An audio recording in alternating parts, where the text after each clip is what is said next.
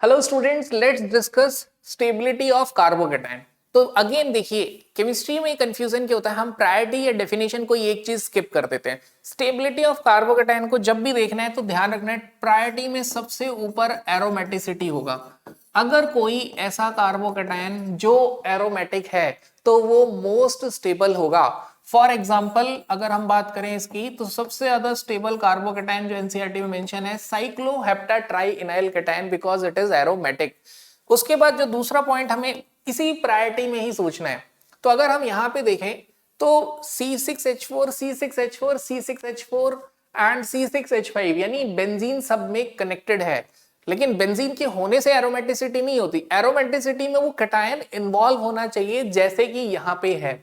तो ध्यान रहे, ऐसा नहीं कि बेंजीन है तो एरोमेटिक हो गया, वो केटायन एरोमेटिसिटी में इन्वॉल्व होना चाहिए। तो हमारे पास ये जो चार एग्जाम्पल हैं, अगर इसमें बात करें तो एक चीज हमारे लिए कॉमन है, वो क्या है, बेंजीन पे CH2 प्लस। तो सॉरी, तो अगर हम बात करें तो जो बेंजीन पे CH2 प्लस है वो सभी में कॉमन है। तो व्हाट यू कैन से, तो हमने ABCD में एक चीज ऑब्जर्व की कि बेंजीन पे CH2 प्लस कनेक्टेड है। अब जैसे कि हमेशा हम आपसे बोलते हैं, जब भी आप स्ट्रक्चर्स देखें तो सबसे पहले उसमें कॉमन पार्ट आइडेंटिफाई करें।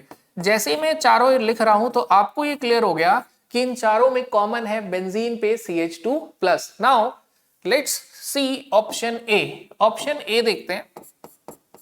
ऑप्शन ए में मेटा पे लगा हुआ है OCH3 group.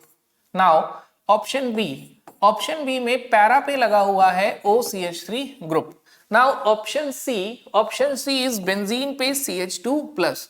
Option D is para पे लगा हुआ है नाइट्रो ग्रुप। अब आप कैसे इसे एक्सप्लेन करेंगे, प्रायोरिटी वाइज सोचेंगे। एरोमेटिक, क्या ये एरोमेटिक है? ये कार्बोकेटायन जो है बेंजीन से जुड़ा है जो एरोमेटिक है, लेकिन aromaticity is not the answer, because जैसे ही ये रेजोनेंस शो करेगा aromaticity of the benzene ring lost. Okay, तो इसलिए इसे नहीं देखेंगे। सेकेंड कॉन्सेप्ट देखते हैं, electronegativity. Positive charge is stable over electropositive element and unstable over electronegative element. मतलब इलेक्ट्रोनेगेटिव जो है कार्बोकेटायन की स्टेबिलिटी के इनवर्सली है, बट यहां पे चारों ही कार्बन है तो इलेक्ट्रोनेगेटिविटी इज सेम। जब ये दो कॉन्सेप्ट टाई हो जाते हैं फिर हम देखते हैं इलेक्ट्रॉनिक इफेक्ट। इलेक्ट्रॉनिक इफेक्ट में सबसे पहले क्या देखा जाएगा, रेजोनेंस। उसके बाद क्या देखा जाएगा, हाइपर कॉन्जुगेशन। फिर उसके बाद क्या देखेंगे, इंडक्टिव। इसी पैटर्न में सोचोगे, कभी क्वेश्चन गलत नहीं होगा। नाउ अब आप देखिए क्या हुआ यहां पे। अब आपको ये सोचना है, ये भी देखो आसान है, कार्बोकेटायन में क्या आता है, प्लस। तो ये बड़ा इजी है, stability of carbocation is directly proportional to plus. Plus is directly proportional to plus and inversely proportional to minus. Directly proportional to plus hyperconjugation, inversely minus H.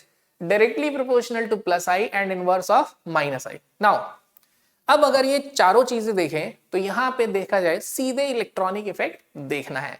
अब इसमें एक और कॉन्सेप्ट इन्वॉल्व है कि जो OCH3 ग्रुप है जब वो मेटा पे होगा तो क्या शो करेगा, minus I. Resonance is observe only at ortho and para.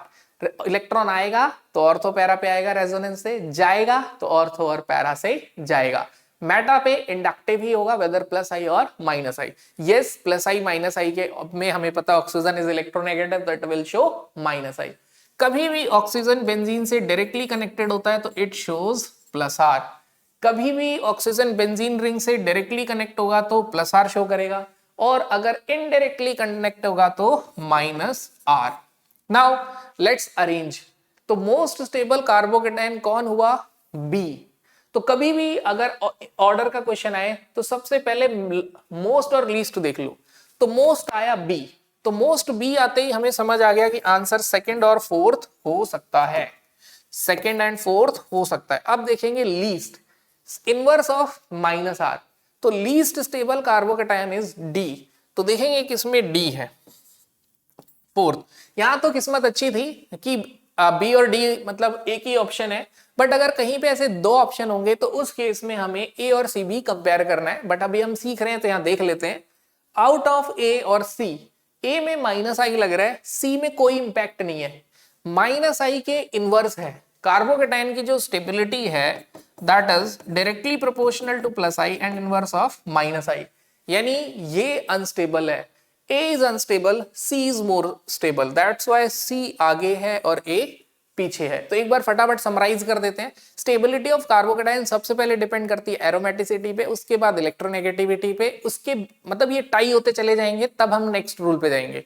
उसके बाद डिपेंड करता है इलेक्ट्रॉनिक इफेक्ट, जिसमें सबसे पहले रेजोनेंस देखेंगे, फिर हाइपर कॉन्जुगेशन और फिर इंडक्टिव। यस, हाइपर कॉन्जुगेशन यहां देखेंगे because carbocation shows hyper conjugation. So we end our discussion here. Thank you.